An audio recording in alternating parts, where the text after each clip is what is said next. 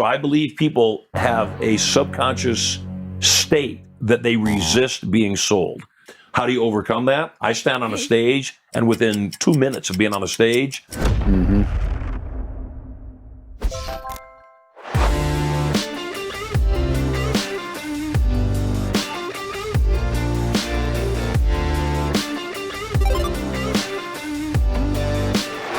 In nearly 100 episodes of Beyond a Million, this is the first guest that I have brought back for a round two, and there's a reason for it. Not only is this guest tremendously charismatic, entertaining, and thoughtful in his approach to things, he has a lot to teach, and we have a lot to learn. Marshall Sylver was a great interview in part one in his home in Las Vegas. Part two happened in his home in Carlsbad, California, on the ocean, which was astounding, and I'm sorry you won't really get to see it, but it's very difficult to shoot an ocean backdrop without proper lighting. But you'll get a lot out of this episode. We got to dig into the things that I didn't have a chance to in round one. We talk about the mechanics of his business and how it works, how he sells things in a way that seems effortless and makes people want to buy the product without any hidden sales tactics. It's really an interesting framework for crafting an offer and crafting a pitch without it feeling heavy and sleazy.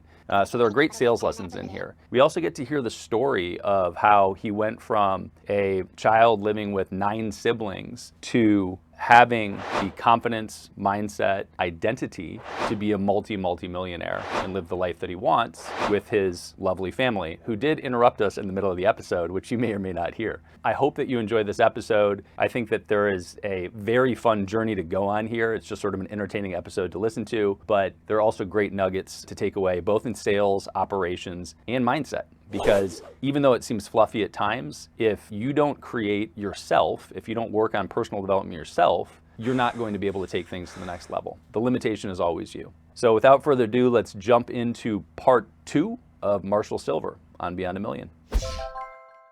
So, Marshall Sylver, you found magic when you were 10. Yep.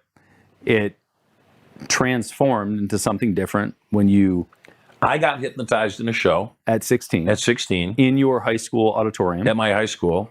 Yep. And it made me realize that, you know, if that was hypnosis, I say you do, no question, that hypnosis is one of the most powerful forces on the planet. And I think that so many people don't realize it's not hard to hypnotize people. It's hard to bring them out of the hypnosis they're already in. You told me that. And so I want to talk the business side of this, because you've found this mechanism. You did not find a way to monetize it. 22 years old, 23, you moved to Hollywood, and you see David Copperfield, right, who I grew up thinking, how the fuck is he doing this? Right. And you thought, all right, I don't want to live in the shadow of that. I want to do something that's different. He's already got a lot of runway, a lot of wind behind his sails. How does that, where do you go from there in terms of business? So for me, what it was I went through 8 jobs, 8 apartments in 2 years, and came full circle back to hypnosis. And I realized that hypnosis is real magic. Meaning at the age of 30? At the age of 23. Okay. So from 21 to 23, I went through 8 jobs, 8 apartments in 2 years. And the last gig that I had before I made a full-time devotion to hypnosis as a career was I was a DJ. And I got paid $250 for 4 hours work, which is decent money back then. You know, $62 an hour was good money. And I was working military bases, spinning discs for 4 hours while they had exotic dancers dancing. Love this. So I'm 22, almost 23 years old. I've got these semi-nude women dancing, and I'm spinning the discs, and they don't want to have anything to do with all the military people because they're dangerous. I'm the DJ. I'm safe. So they just want to hang out with me. Dream for a 22-year-old. Which was, you know, quite the circumstance. Yes. Wasn't fulfilled, though. And one day... Shocking. I saw a flyer for a guy that had been a DJ. And his name was Skip. And the flyer was for Skip the Hypnotist. And he was performing on the military base. Well, I knew Skip. He used to do the gig with me. So I called my buddy up and I said, what is going on? He said, I'm not a DJ anymore. I'm a hypnotist. And I said, well, that's awesome. He said, yeah, I used to earn $250 for 4 hours. Now I make $2,500 for 1 hour in the same exact location. And I said, what'd you do? And he said, I studied with this guy. And so he told me the name of the guy, supposedly the best hypnotist in the world. And it was $3,000 to go do a 50-hour course 10 hours a day, 5 days straight. And I went up to go do the training with the guy. And halfway through the first day, I knew that I knew. And I think that that's the biggest bridge most people gotta make, is you gotta, again, know who you are. And I knew that all those previous years of studying hypnosis without application, if I'm studying now with the number one hypnotist in the world, and he's doing what he's doing, and I know what he's doing, I know. And so I left the class, got back in my car in LA, drove back to San Diego where I lived, and cold called a nightclub chain called Carlos Murphy's, booked my show 4 nights a week, and went back up to LA halfway through the second day. The instructor's angry that I'm late, that I didn't show up for the first part of the class, didn't show up for the afternoon on the first day. And he's saying, people just don't commit. They're never going to get anywhere without committing. And I said, I was so impressed, Gil, with what you taught me yesterday. I went down to San Diego and I booked my non-existent show 4 nights a week. And without missing a beat, he says, and that's the exact reason people succeed, is they commit to making things happen. And that's business.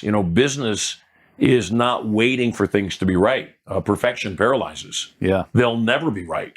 I say put out crap, and then put out crap 2.0. It worked for Microsoft, it'll work for you. And, it works for anybody that does software. Yeah. Because software is never done. Yeah. And so many people, that perfectionism is what stops them. I'll write the book when I'm really ready, or I'll launch the podcast, or I'll start my company, or I'll, be innovative. And you got to do it now. Yeah. You got to put out bad stuff so that you can rehearse, review, and revise. Yeah. I mean, I largely agree with that. I had I had sticky notes all over my first house that I ever owned that said, to have a standard of perfection is to have no standards at all. Mm-hmm. And what that ultimately meant to me is I didn't want to put out crap. So what it meant to me was put out a highly reduced version of V1. And so the first iPhone that came out, didn't have copy and paste. Right. That's fucking crazy. But I love the example, because they were like, look, we're getting this thing out. No, it doesn't have everything, but what it does have works. Right. And it's solid. So most people would not spend $3,000 on a course when they're 23. It was every dime I had. That's crazy. And so you from the beginning had this mentality of, let me learn from the best and figure out and let them show me the path, right? And today, functionally, that's what you're selling also. That is what I sell. Yeah. And it is what I do, though. We teach what we most need to learn. And so how did you get there? So you watched this course, you learned hypnosis, you knew that it was the thing for you. Mm-hmm. You're 23, and you've spent the last dollars you have, and that's a far cry from having sold $600 million in courses. Right. And seminars. Yes. So what was the next step? So the first step was go with what you know. Build on the existing foundation. So I'm an entertainer. I was a magician. I'm an entertainer. I know that piece. So I started off with a show. Started off doing the aforementioned nightclubs. And I got a corporate gig. And the corporate gig was for Kentucky Fried Chicken franchisees. Amazing. And so they pay me $2,000 to come do a show at their franchisee conference. Did you get free chicken? Say it again? Did you get free chicken? No, I didn't, but I made everybody chickens and made one of them Colonel Sanders. Amazing. Yeah, so, the Colonel Sanders running around with a fake axe after all the other subjects.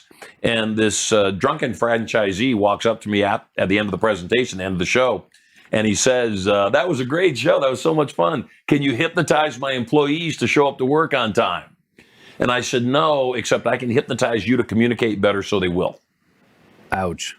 Well, he looked at me, and to his credit, he said, wow, that was good. He said, what would you charge to teach me that? I'd never taught anybody that, so how could I know what to charge? So I'm one of those people that I like to throw numbers out and see how the world responds. So I said, one day training, $25,000. And he said, can I bring 9 of the other franchise partners? Can I bring 9 other people, 10 people total? And we can split it. I said, absolutely. He put it together. And so, now I'm making $25,000 in one day. That was when the bell went off for me. That was when I said, people will pay more for their business than they will for their entertainment. No question. And so that was the beginning. And as they say, the rest is history. We just did a small event, 65 people, general public. And, again, I'm of the nature that I am in front of 15,000, 20,000 people at a time from time to time. I'd rather have 1,000 buyers. You know, if the 15,000 people have 1,000 buyers, Sure. I'd rather just be in front of 1,000 buyers Sure. and not bother with the other 14,000. Some people want to be in front of the other 14,000. Right. Some people want that ego stroke. I don't care. Yeah. I just want to be in front of the buyers. I largely share that mentality, and it's actually one of the interesting considerations for this podcast, because I largely am speaking to people that are 8, 9, 10 figures, right? That are beyond $1 million. Right. Yet, it's super relevant information, and the net is way larger below $1 million. Yep. Right. And so I struggle with that to some extent, because the exposure below $1 million, A, is good for everything in terms of just eyeballs, and B, there are people in that group that are going to fucking make it. Right? Well, and They're they gonna need fucking you. kill it. They need you. And I like that part of it, right? And I want to serve that. I want to provide that. But to your point, you want to be in front of the 1,000 people that are buyers versus the 15,000. Well, I guess, and it's, I think, two different points. Yes, I would agree that we want to help those other people that are non-buyers, and maybe they'll move over and be motivated. Maybe the one that was only at the conference because they got out of work for the day will say, wow, how great would it be if I didn't want to get out of work for the day? Yeah. How great would it be if I was doing something that I didn't want to avoid? Yeah. And so maybe they'll make the turn. But for me, the piece that I was wanting to communicate is that what I do isn't about ego anymore. Yes. You know, I've had the accolades. I wrote a video. Some people would, call it a sales video these days. That was 28 and a half minutes. And in the first year, it did $120 million in sales. So I laugh when I see people say, oh, yeah, I wrote this video sales letter and we did, $2 million. And I'm going, okay. I created an infomercial, and I didn't even have any money to produce the infomercial. I had 10 grand. So the entire infomercial was produced for $10,000, and then it went on to do 120 million in the first year. So you said the rest is history. I want to talk about the history. So you had, you found this thing fortuitously where you said, hey, I'm a hypnotist. I'm going to talk to the chicken people. And you had fun doing it. And then you stumbled upon this idea of, oh shit, I can help the business actually be better at leadership functionally. 25 grand for the day. Yep. So from there, again, there's still this gap to 600 million in sales, So what 50 was the million gap? a year. That's a good question. What was the next jump where you thought, hey, that there's money there. How do I formalize a business or some structure? I'm in Vegas, and I am doing my show, and I'm making about $80,000 a week. And hold on. So you had a show in Vegas at the time. So we didn't hit on this the part. infomercial hits. Okay. I net $22 million that first year off the $120 million in sales. Hold on. So right away, early, when you're 23, 24, you do this, you're doing the hypnosis from stage for groups, and you do the infomercial right then? No, the infomercial came about 10 years later when I was 31, 32 years old. So you were doing the same type of thing until that point? Yeah, and I'm making good money. Great. I'm doing my show, I'm doing seminars. And, even in my late 20s, I'm doing $1 million, $2 million a year. Amazing. And I'm having a good life. That's the biggest thing, is I'm doing what I love. Amazing. Never feels like work. And then the infomercial hits in my early 30s. The first year I net $22 million. I don't want to give 13% to California. And I want to open up my show in Las Vegas. And so I immediately moved to Las Vegas and open up my show there. Now I'm doing what I wanted to do for years, and that is star on the Strip in Las Vegas. I'm working 5 nights a week, 75 minutes a night, and I'm making $80,000 a week. By anybody's standards, that's a good life. Yes. That's a good life. And what era is this? This is, right around 2000. So late 90s, early aughts. So this is super relevant. So people that are younger don't really understand how inflation works.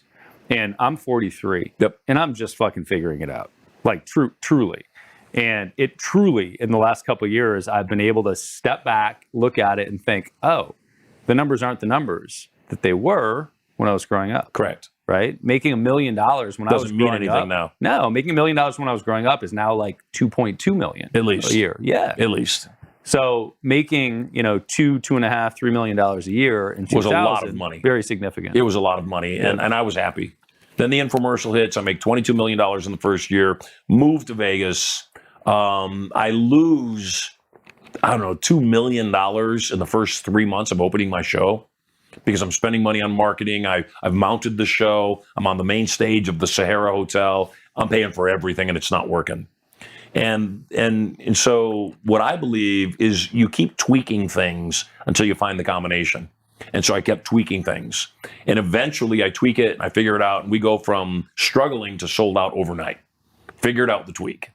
What was the tweak? It was momentum. So I went through, so I'm not able to sell tickets. It's just I'm fighting against Cirque du Soleil, and I'm not Cirque du Soleil. I'm Marshall, and I've got limited funds, and it's just me on stage. You know, it's just me. But what I did was I hired a band of people that went door to door in Vegas, and they sold my tickets that were selling for $30. They sold the tickets for $3 a ticket to locals. And so the locals started descending upon my show. So now anytime somebody was in the casino, there'd be lines through the casino to get into my show. Crazy. Now we got a buzz. I'm doing 2 shows a night. We got a buzz of people leaving my show, walking back into the casino saying, oh my God, best show I've ever seen. And so we created that momentum, and pretty soon the momentum took over, and I'm making a boatload of money. I go from there over to the stratosphere. I build my own showroom. I pay to build a showroom because there wasn't one there. And I'm there for a year, and once again, I'm making big money. I'm working 5 nights a week. I'm having a great time. This guy shows up at the end of one of my shows, and he's from China. He's from Taiwan specifically, and he's speaking broken English.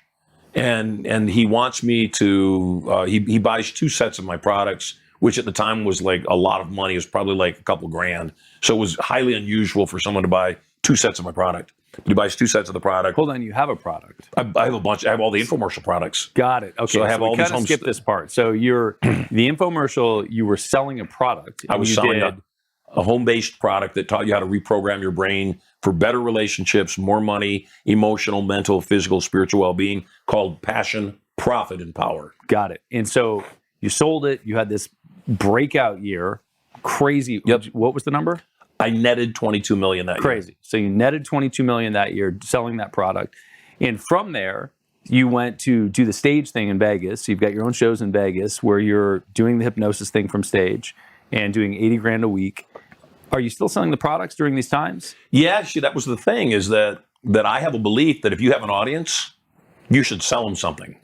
Fair. And so even though I'm doing my show in Vegas, at the end of my show, I would give away a couple of products, my non-smoking kit and my fat loss kit, to the audience.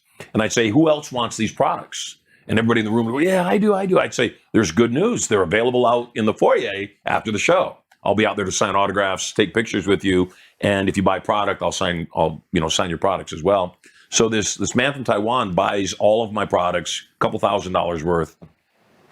He wants me to autograph everything.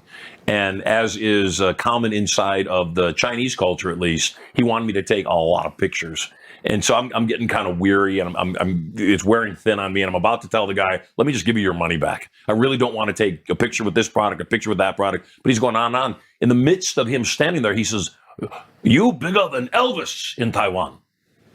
What do you mean I'm bigger than Elvis in Taiwan? Your infomercial on all the time. My infomercial's on all the time in Taiwan. He goes, yeah, you biggest selling infomercial of all time. And I'm not insulting anybody. That's just kind of the accent that he did, and I'm doing it poorly. and I said, that's interesting. Who's the promoter running my infomercial? Because my infomercial wasn't running in Taiwan. What happened was somebody had hijacked it, and they bootlegged it. And they dubbed all my products over into Chinese, and they were selling all the product, but they weren't paying me a royalty. And so he gave me the name of the promoter. I called the promoter up, and I said, are you the guys that carry Marshall Sylver's infomercial? And they said, yes. I said, where are you sending the royalty checks? Because I haven't seen them. Mm-hmm. And so they started paying me. The other thing this guy says, though, he says, I want to bring you to Taiwan to do your show at night and do your lecture during the day. And I said, I don't know. What language do they speak in Taiwan? He said, they speak Chinese. I said, I don't speak Chinese. He says, we use interpreter. I said, I don't know if hypnosis will work through an interpreter.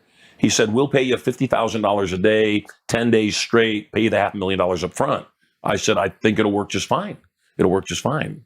And so we booked the 10 days. I go to the entertainment director of the hotel, and I said, I'm going to take my 2 weeks of vacation on these dates. And he said, oh, great. What are you going to do? You going to go hang out on the beach or something? I said, no, I'm going to go to Taiwan. They're paying me $500,000 for 10 days of work. And he got kind of a funny look on his face. And he said, let me get back to you. Let me check and see if we can let you go. And he gets back to me. He said, you can't go. And I said, what do you mean? I've got the vacation time coming. It's a 4-wall. I pay for my own room. I built my own theater. What do you mean I can't go? He said, if you leave, we're going to shut your show down. And I said, well, I've already cashed the check. I'm not giving it back. I'm going. And so I called their bluff, and I go over to Taiwan. Sure enough, I come back, and they had shut my show down. Wow. I come to find out later on, the entertainment director knew that if I went out and earned that kind of money, I was never coming back. Mm-hmm. And he was right. So I don't know if we talked about this in the first interview. I come back, I get a call from Ron LeGrand, We did. the real estate guy. Yeah, we did. So I want to pause you on that, because if you haven't heard the other episode, you need to go listen to it. Yeah, listen to episode 1. Got a lot of goodies in there. Yes. And the other episode was shot at my main residence in Las Vegas. Yes. So at any rate, that changed my whole business model. So from there, we're gonna Just kind of fast forward and condense it. jump over this. So you went to somebody else's stage and Seminar, you found out that got you on could stage. speak on somebody's stage at their seminar, sell from stage, and crush it. Yes. And you also got a lesson in pricing at that event. And I got a lesson in being rewarded for not my time, for what I produced. Love that. And that is the distinction. So the fast forward of everything, how did I go? Certainly I had a big boost on the front end, doing 120 million in sales with the infomercial the first year, another 100 million the second Which year. has to change your relationship with money and the way that you look at these things. It didn't change my relationship with money. I just had a whole lot more of it. I'd always had a really good relationship with money. Okay. Except it's kind of like that line from The Social Network. A million's not cool. A billion is cool. I love this. So here, I don't want to skip over this part, because you spoke from stage, you crushed it, you made something like, several $100,000 from stage that day. And I made $400,000 in 90 minutes. yeah, so you realized, hey, speaking from stage is a thing, and I can monetize this way. The gap from there to current state is super important, because you've had these successes of, you're making a couple, 3 million a year,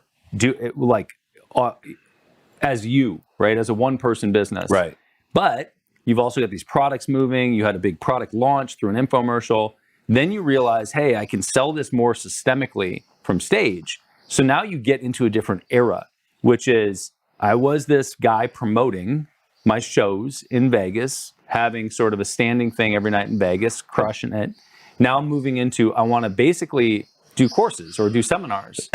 So how did you think about the transition in business itself at that point? Because that's a different thing. And did you look at it that way, or did you just say, I'm going to roll with it and see how it goes? The big distinction for me, excuse me, I have a tickle. The big distinction for me, and the one that should matter to anybody watching this interview, is I realized the greatest value anybody has in their business is an existing customer.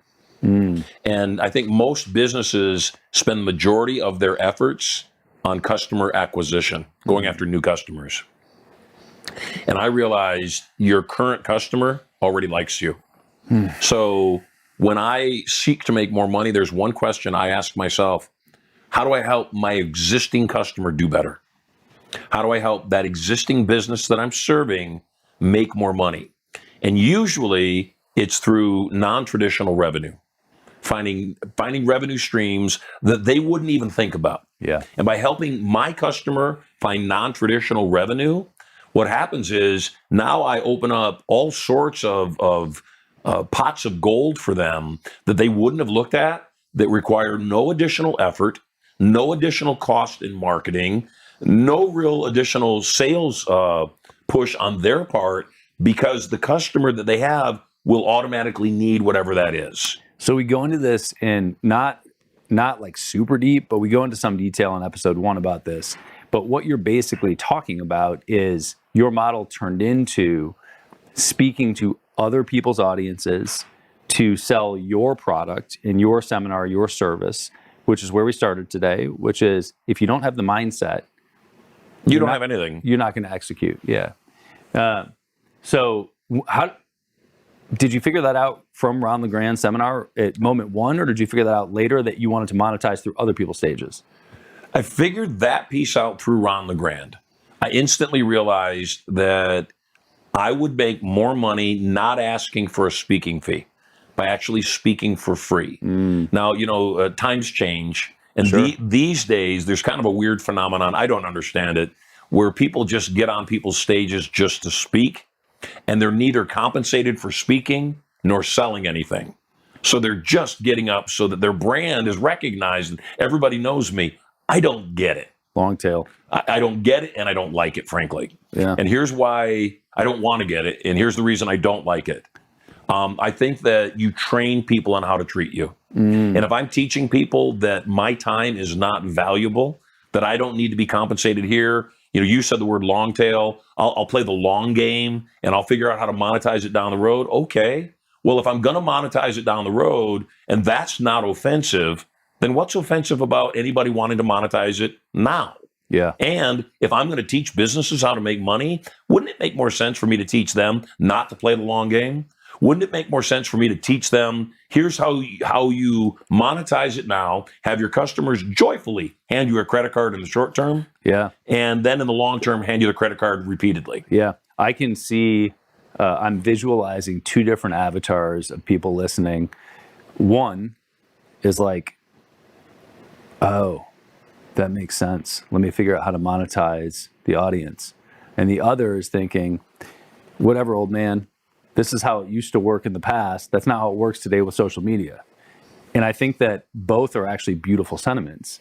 And They're choices. And I think to the latter, the important. First of all, they called me old man, and I'm not old. I'm level 61. Just want to be clear on that. I very deliberately use those words. I'm over it. Yes. And By the way, we're at my beach house. I'm already way over it. ridiculous beach house. And for those that can't see this, we've got the ocean immediately behind us. You're probably not seeing our faces because of the light from the ocean, but And I, for one, am cool with that. I feel great about it. Yeah. But I think the relevant point is that both mechanisms work, and there isn't one way to do things. And this trend of let me get attention and capture attention that is popularized by names that you know that are pushing that narrative.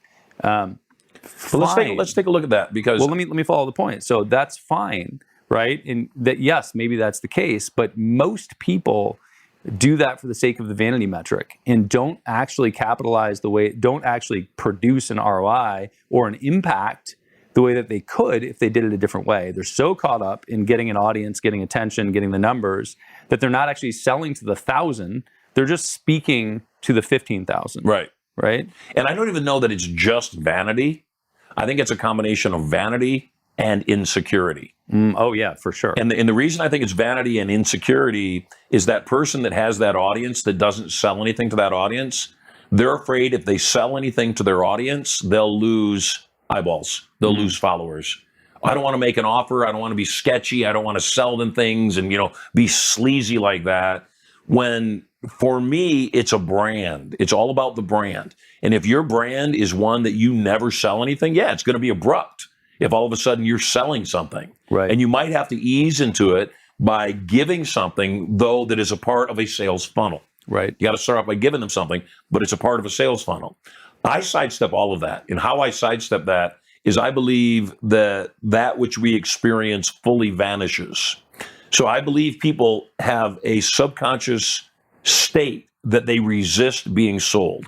That's a common denominator of most human beings, is that they resist being sold. How do you overcome that? I stand on a stage, and within 2 minutes of being on the stage, I say, who here believes that today I may try to sell you something? And everybody says yes. And I say, I will not let you down. Yes. In fact, I'm not going to try to sell you anything. I'm going to sell you something.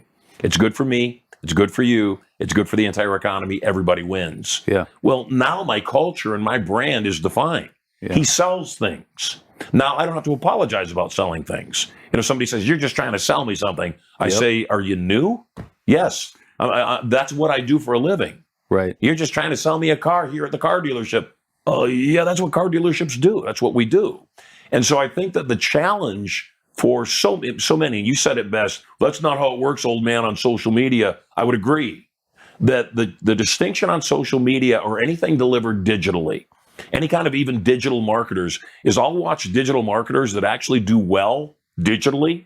They sell well online. They have their sales page. But if they do a live event, they fall flat on their faces. Oh, yeah. And the reason they fall flat on their faces is they're not actually good at human interaction. For sure. They're just not good face to face. And so they're embarrassed that they're selling. In fact, they'll often promote their events and say, nothing's going to be sold. This will not be a pitch fest. Which is fine.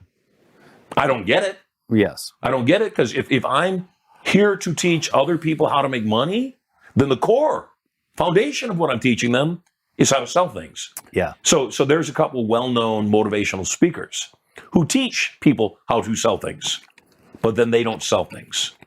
They don't close. And I find it just ironic, because they're standing on stage saying, this is how you sell things. Yeah. Oh, by the way, I have books and tapes. They're available at the back. Well, look, I think part of, for me, as somebody that grew up in pretty intense sales, like, I'm going to sell you some shit right now or I'm never talking to you again, ever, kind of sales. And I'm still going to ask you for referrals either way. Yes. I grew up in that space. And for me, I think that the phrase, they can sell ice to Eskimos, is offensive. And I think that the notion of sales gets perverted by language like that, and by the notion of a used car salesman. And the people that are, and you've alluded to this, but the people that are very good at sales elect to sell the products that are going to serve the market buying them. And if the market buying them doesn't want them, or it's not a good fit, then they don't want to sell it to them. No, And when they know that they need it, they will go to no end to make sure that they can sell it to that person, because they know that they need it. it's a moral and ethical obligation.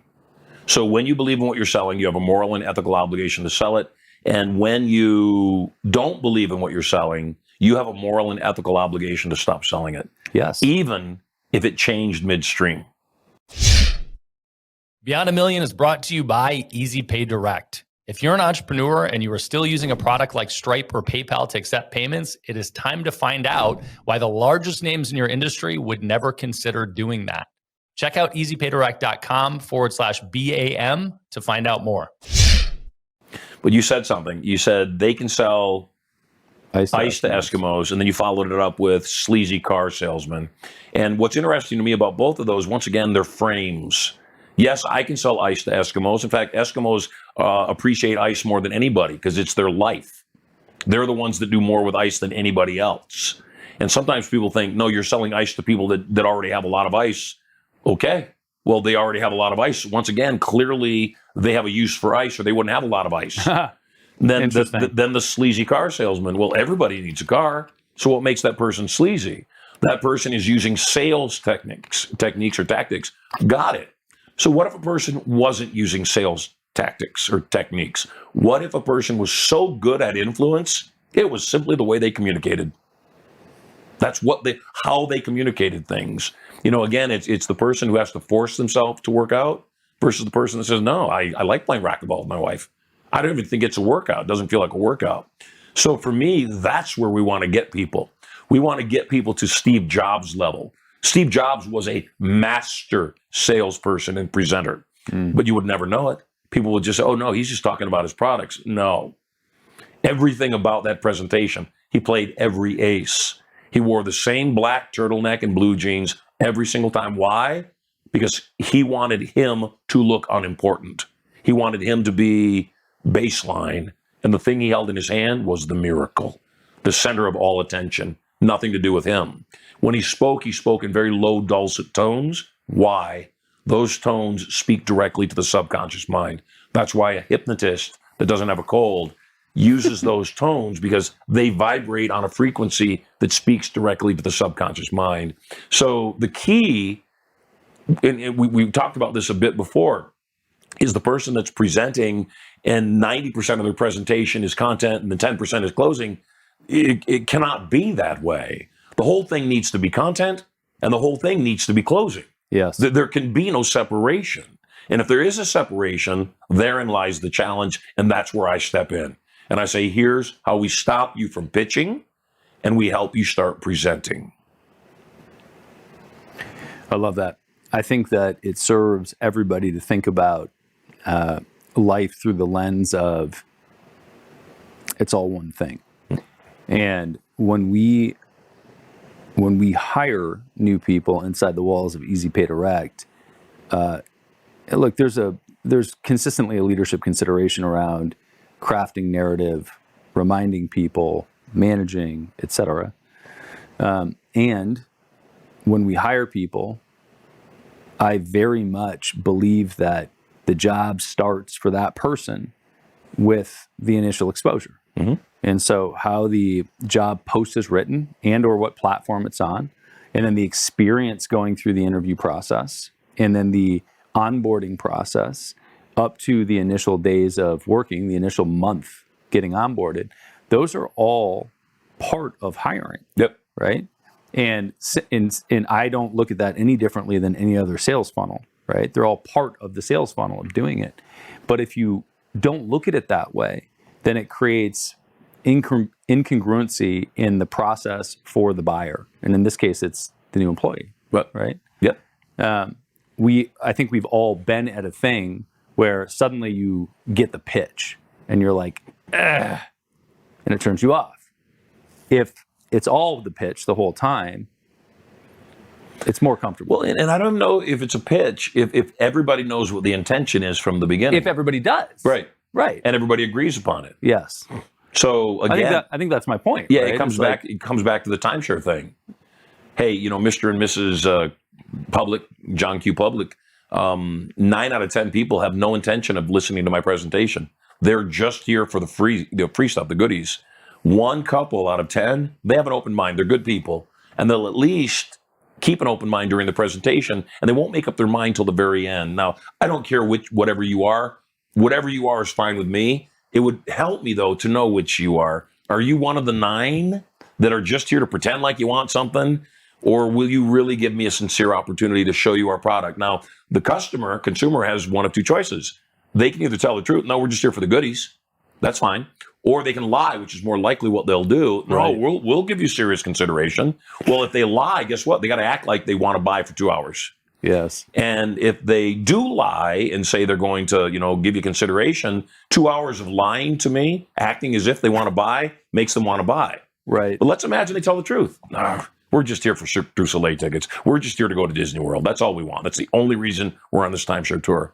Then the salesperson says, thank you. You have no idea what pressure that takes off of me because I'm a commission-only salesperson. That's how I earn a living. And if I don't sell to you, I don't get paid.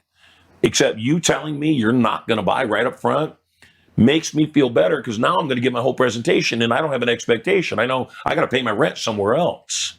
Except I still have to do the 2-hour presentation. I apologize. I can't just give you the tickets. So would you do me a favor? It would help me practice and it'll make the time go a lot faster. Would you pretend for 2 hours that you wanted to buy, that you liked my presentation? Would you help me out with that? Okay. Well, now they pretend for 2 hours again. And if you act as if something's true long enough, it becomes true. And they buy. We gave David Siegel of Westgate Properties a 50% bump with that technique. Amazing. And I call it totally non-covert selling. Don't be covert. In fact, just the opposite. I love it.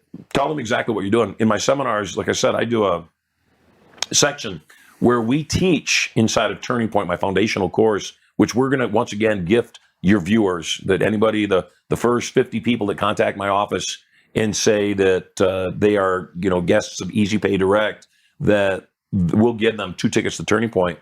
At any rate, at Turning Point, I teach influence. I teach all these strategies of influence. And then I have some random person in the audience stand up. And I say, I made this offer yesterday for this $5,000 offer, and you didn't go to the back. You didn't buy. Can you tell me the reason? And then they'll tell me their reason. I don't call it objection. I call it resistance. And the reason I don't call it objection is an objection is outside of us. When I train salespeople, I tell them, call it a piece of resistance. And your job is to play with that customer's resistance. Don't take it personally. Just play with their resistance. Make them okay for having that resistance. Yes. And so what happens is they give me their resistance, and in front of the whole audience, I play with it. And in front of the whole audience, I use the techniques, gambits, strategies, communication processes that I just taught the whole room. with the person I'm communicating with, and I close them on the spot. And they grab their credit card, and they walk to the back of the room, they plunk it down on the table, and they buy the very thing they didn't buy yesterday when I went through that process with them again. I go silent, I just let them walk to the back of the room. When they get back to the table, I turn to the rest of the audience and I say, do you realize you just watched me do what I just taught you? Did it seem natural? How many of you would love to have that same level of skill and belief and congruency selling your products and services? And of course, all the hands go up and they get it. And it comes back to that idea that I wasn't covert. I wasn't underhanded. I was trying to slide something in. I said, I'm selling you right now. I'm closing you right now. Yeah. So it's 2023, nearing the end. And through the decades that you've been doing this, 40 years. I'm curious, was that the approach from the beginning, or did it evolve into that? It evolved. So I ask partly because in the era of the internet, right, the last 25 years, and specifically the last 15, things change quickly. People think that. Well, okay, you can give me the counterpoint in a second, but things change quickly. And so what I mean by that really is that the amount of data that hits you is so much larger than it was in 1995. Yes. And so you might see a pitch in 1995 in a year. Or if you're a seminar junkie, you might see a handful. In 2023, you might see fucking 1,000 in a year because everything's a pitch online. And so marketing is iterative, but it's the same thing. Yep. Over and over and over and over and over. So the infomercials that ran in the 80s, some perversion of them is running today. They call them video sales letters. Right, a VSL, or it's maybe a YouTube ad, right? Maybe it's a 3-minute YouTube ad or 5-minute or whatever, or it's 90 seconds. In fact, I saw one of yours the other day. Post. Well, thank you. Good stuff. Good. We throw ours out there. Yeah, I pulled out my credit card. I had to call the number. That's great. Filled out the form. As things have changed, I think there was an era that I can remember when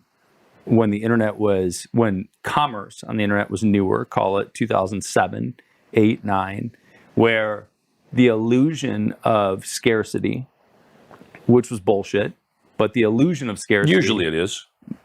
was effective. Right. Now today, the illusion of scarcity, people call your bluff. Hey, one-time offer. Hey, I'm doing this thing live. Hey. Or if your name is Billie Jean, I'm retiring for the 30th time. Well, did I just say that out loud? Yes, I did. We will take that up with Billie Jean. Billie Jean, we're going to talk about this. No, and I love Billie, and Billie does great stuff. I think that's a bad gambit, though. Well, if you're not actually retiring, I think that's a bad gambit, because one of the things that I believe is there's no gray area. So again, if he's actually retiring, God bless, that's awesome. But if you're not actually retiring and it's a gambit, people will call you on that BS sooner or later. That's actually my point, right? Is that I would argue that the mechanism that you're using now probably would have always worked, and maybe it did, and that's why I asked. And it still does. Did you use it from the beginning? But the idea of I'm not bullshitting. I'm going to tell you exactly how it is right now. I am going to sell you something. Expectation from beginning to end is effective today. Yeah, for sure. So that, I thought you were asking me something different. No, I'm asking you if that always was for you, and if you always did it No, that way. I didn't always from the beginning say I'm here to sell you something. It happened fairly quickly because I realized that the sooner I got people over that piece of resistance, the audience sits there when you're presenting, and they're like this. And they're just looking at you, and the moment they realize you're going to sell something in your presentation, they go to this. Arms crossed. What are you going to sell me? What are you going to sell me? And then when you finally tell them, they go, okay, now I know. Right. And they uncross their arms. So why wouldn't you want to get them to uncross their arms early? Yeah. Here's what I'm going to sell. In fact, I teach people, if you're going to make an offer, tell them early on what the offer is, tell them full retail. And if you're going to discount it, tell them you're going to discount it. So I've got an event. It's called Turning Point. The tickets sell for $3,000 a piece. Of course, that's not the investment you'll make. I'm going to reduce the investment and give you a better than money back guarantee. So in that phrase, I said a bunch of things, didn't I? Yep. Manage the expectation. The investment's $3,000. I'm going to reduce the investment, give you a better than money back guarantee. But I also said the words, that's not the investment you'll make. You're going to invest a lot less, which is highly assumptive, isn't it? It is. It's me saying, no, you're going to invest. Of course. I mean, highly assumptive and the open loop. Yes. And so, when it comes back down to it, once again, I believe you don't say anything that's not true at all. Never. Always tell the truth. You can create scarcity. There's the digital marketers that say, oh, yeah, we're throwing this in the vault. We're not going to, the offer ends here. We're going to throw it in the vault, never coming out again. Well, if it's never coming out again, that's fine. But usually they're lying. Usually it's in the vault. Maybe they pull it out in a year or 6 months or whatever. That's still a lie. And I don't believe in lying. I don't think you have to. You can say, if I have a $60,000 event that I'm teaching at my home, and I know there's a diminishing return. If I have more than 20 people at the event, I cannot give the same service that I could give with less than 20 people, limited to 20 people. That's real. It's factual. It's a line not in the sand. It's a line in the cement. And so that's real. So yes, I believe if you're going to craft an offer, you need to figure out what is the scarcity. Where do we draw the lines? How do we define this in such a way that it's a limited number of people? Mm-hmm. You might say, Easy Pay Direct might say, we unfortunately don't work with people doing less than $1 million a year. While you do need service, unfortunately, with what we do, we just don't have the bandwidth to give you the service that you need. And we'd be happy to refer you to somebody who can take care of you. Yeah. Somebody calls me up and says, hey, can you do a non-smoking hypnotherapy session with me? My response is, I don't really do that. Well, money's not an object. Okay. It's $1 million. $1 million? I don't have $1 million. Okay. Or $1 million? Okay. I want the best. Well, if they're going to pay me $1 million, I'll find a way to want to do it. But I don't want to do it. So I'm going to throw out a number that would preclude anybody from working with me. And so, again, I don't think things change. I think their representation changes. I think the frame changes. I think the infomercial of the 80s and the 90s is now the video sales letter and the landing page of today. I think that the infomercial star, in fact, I even said this the other day. I was in my massage chair and I was meditating and I was thinking about things. And I said the influencer is the infomercial star of yesterday. Yeah, that's what they are. Definitely. But wrapped differently. Not even wrapped differently. I don't think it's presented in more pieces. Yeah. When I say wrapped differently, I think that the social construct around them is different. And so I think that we're in and I think this is all fluid, but I think we're in an era currently where there is an illusion for a young generation, the youngest of the generations of adults, that think that there's some value in the influencer people, and have not. And I think they're starting to realize that it's a gameable system, and that they're not providing value in many cases, or that it's just entertainment and that is the value. And I think they're starting to figure that out. I think what happened was the gatekeepers went away. Well, right. So infomercials, there were only a few of them. I mean, because there was only 3 networks. Right. Relatively speaking. And you weren't a celebrity if you were doing an infomercial. You were. You're too young to know this. You were of a specific. How'd that feel? Does it feel good? That feel really good? I love it, but I wasn't that young, right? So I grew up. But you are, because Tony Little and Tony Robbins, Dean Graziosi, who are both born out of infomercials. Yeah. That's how they got their celebrity. If Tony's infomercial through Guthrie Ranker had not hit, he wouldn't be where he is 100% today. 100% agree, but Tony wouldn't be a celebrity today had he not done the Netflix series, I Am Not Your Guru, or Netflix show, I Am Not Your Guru. He was already established. He was established, but not across the board. What he was an infomercial person. So he was selling shit on infomercials. And so there was a category of people that had value from and liked him, but he wasn't an influencer for that reason. The people that liked him, loved him. The other people dubbed him a motivational speaker, air quotes. And I was in the first camp, by the way. I respect that. And I would agree to have a different opinion on this, that he's still viewed that way. I'm still viewed that way. Dean Grass, you're still viewed that way. That there are a number of people that think Gary Vee's full of crap. Sure. There are people that think Grant Cardone is the worst thing that ever happened to the planet. And again, if we cater to people that don't like us, we're out of business. I agree. I just think that the frame of society has shifted where there is the opportunity to see people in different ways and form your own opinion slightly.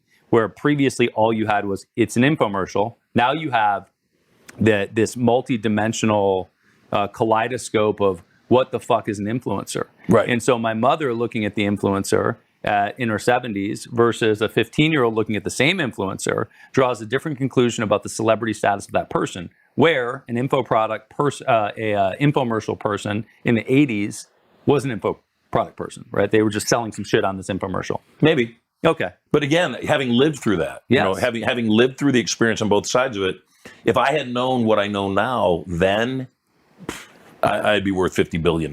Yeah. I just didn't know. I didn't realize that's what that was. Well, And so we had this discussion in part one of this interview. 95% of all podcasts shouldn't be. sure. There's no value. They're bad content. The challenge is everything got reversed. It used to be the cream rose to the top because the gatekeepers only presented the best content. Thousands of infomercials never got on the air. Yep. So, you know, today people have podcasts that nobody listens to. Back in the 80s and 90s, people produced infomercials that tested and nobody bought, so they never ran the media to them. Sure. It's the same thing now. There are people that, you know, that say, oh, I've got 1 million followers on Instagram. Great. Do you sell anything? Do you make any money at all? Does it really matter how many followers you have? Because you're not monetizing. It doesn't mean anything other than your vanity's intact. Yeah. And I think that is a whole nother conversation for another time. Agreed. That again, people have to understand what's their motives. I'm a business person. You know, my children, as we were having this interview, went out to go trick-or-treating. It's Halloween while we're recording this. It's been very weird. We've had weird creatures wandering down the stairs while we're talking for the last It's a good life, though. hour. Yes. You know, and I'm at a different stage of my life where, like I said, I'm lazy and still making millions and millions and millions of dollars every single year doing exactly what I want to do. Could I formulate things and make more money? Absolutely, without a doubt. Do I want to jump through those hoops? Do I want to work 50 or 60 hours a week? No, I don't. Not interested. You know, we're watching the sunset behind us. It's going to be a beautiful one. This is what I like. When we wrap up this interview, I'm going to go jump in the cold plunge and hang out. I love that. So on that note, for those that aren't watching, I'm going to lift the curtain and Oh, yeah. show what we've got. And sorry, you're going to see the little light ring as well, because I don't care. But great. So like you said, we could talk about this, another conversation for that. So I want to just add one last thing to that, because you're an influencer, except you went about it the opposite direction. Am I right? And I don't know your history. 100%. You launched your business first. 100%. Then you launched your podcast. So you were somebody like Gary Vee did that in that process too. He already had a successful business. And then he said, hey, I'm going to talk to people about my business. You did the same thing. I think that's the smart way to go. A lot of people go the other route. They say, hey, I'm going to launch a podcast. That's going to make me famous. And then I'm going to start selling things or have a business. And again, okay, I just don't get it. Yeah, and my belief is that there's space for both. And I think that the Mr. Beasts of the world who are focused on entertaining. And well, again, he's a whole nother product. He is a whole other product. He's not even a fair representation. Well, he's the reverse of the whole engineer. Exactly. He's not even in it for the money. No, he's an entertainment product, though. Yes, So, and he's not in it for the money. He's purely in it for the entertainment. Totally. But to your point, he was focused on getting attention and then selling shit afterwards, monetizing. And you're right, he's a bad example for that reason. But I still think that, so I'm a bootstrap person. I have my whole life held on to this belief that it's not a business if it doesn't make money. Right. And so what are you doing if it's not making money? But I struggle with that because it's hard to argue that the Ubers of the world, the Amazons of the world that go for years running at a net loss aren't of value to the world. So that's a different kind of enterprise, though. Agreed. But those are of value to the world. Absolutely. So the parallel there is that the content producers that are creating entertainment that monetize later, whatever they're doing to get eyeballs, if they monetize later through another mechanism, fine. I think that's great.